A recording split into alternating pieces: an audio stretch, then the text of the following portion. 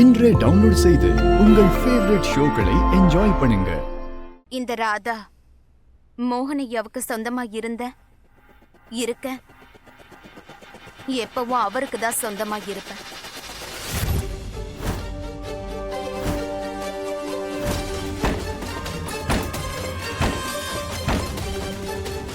என்னைக்குமே நான் உங்களுக்கு சொந்தமா இருக்க மாட்டேன். ஏன்னா இன்னைக்கு வரைக்கும் நீங்க எனக்கு செஞ்சது எல்லாமே உங்களோட சுயநலத்துக்காக தான் செஞ்சீங்க. சுயநலம் ரொம்ப சின்ன வார்த்தை. நீ என்ன புரிஞ்சுக்கல ராதிகா. நான் யாருன்னு உனக்கு தெரியல.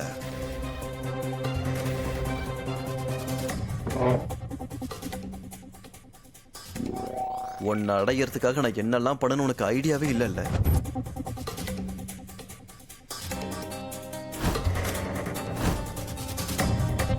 லிஸ்ட் பெருசு. சொல்லட்டுமா? உனக்காக மேல அவன் துடிச்சிட்டு இருக்கான்ல.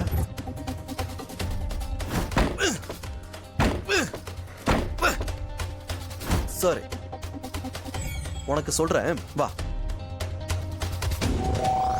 முதல்ல என்னை பொறுத்த வரைக்கும் புருஷன் பொண்டாட்டிக்கு நடுவுல வேற யாரும் வரவே கூடாது. முக்கியமா குழந்தைங்க. நீ பெத்த அந்த மானஸ் இருக்கான்ல, முதல்ல மிகப்பெரிய தப்பு பண்ணதே அவன் தான். ஏன்னா உனக்கு எனக்கு நடுவில் அவன் தான் முதல்ல வந்தான். சோ உன்னோட மொத்த அன்பும் மொத்த அட்டென்ஷனும் மொத்தமா அவங்கிட்ட போயிடுச்சு. எனக்கு என்ன கிடைச்சது? ஒரு ஆம்பளை அட்டென்ஷனுக்காக நான் ஏங்கிக்கிட்டு இருக்கேன். சோ நான் என்ன பண்ண, முதல் வேலையா அவனை தூக்கணும்னு நினைச்சேன். அதனால அவனை ஸ்கூல்ல வச்சு கிட்னாப் பண்ண.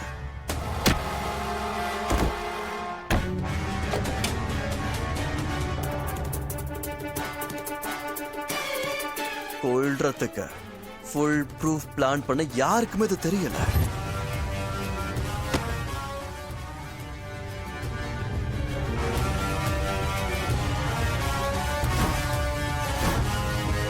உன்னோட பொண்ணு இருக்கால இந்த குஷி, அந்த டிடெக்டிவ், அவ பைனாகுலர் வச்சு பார்த்துட்டா. அவளுக்கு எவ்வளவு சந்தேகம் வந்துருச்சு.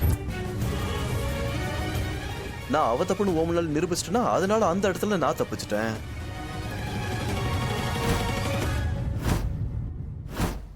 பாட்டியை தான் கொள்ள வேண்டியதா போச்சு.